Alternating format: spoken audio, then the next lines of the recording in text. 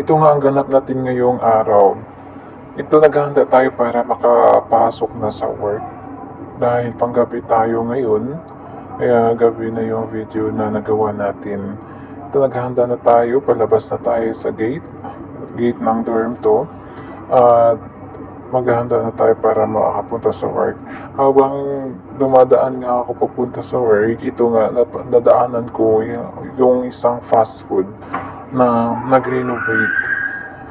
nag-renovate sila para maging bago na ulit.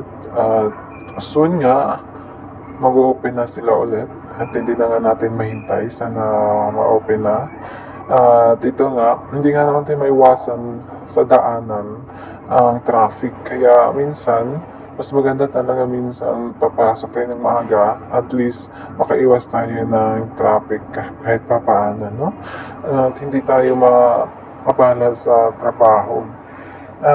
Dumating na nga tayo, naghihintay nga tayo na konti kasi hindi tayo makadaan na medyo ma-traffic pa ng konti. At dito na lang. Maraming salamat.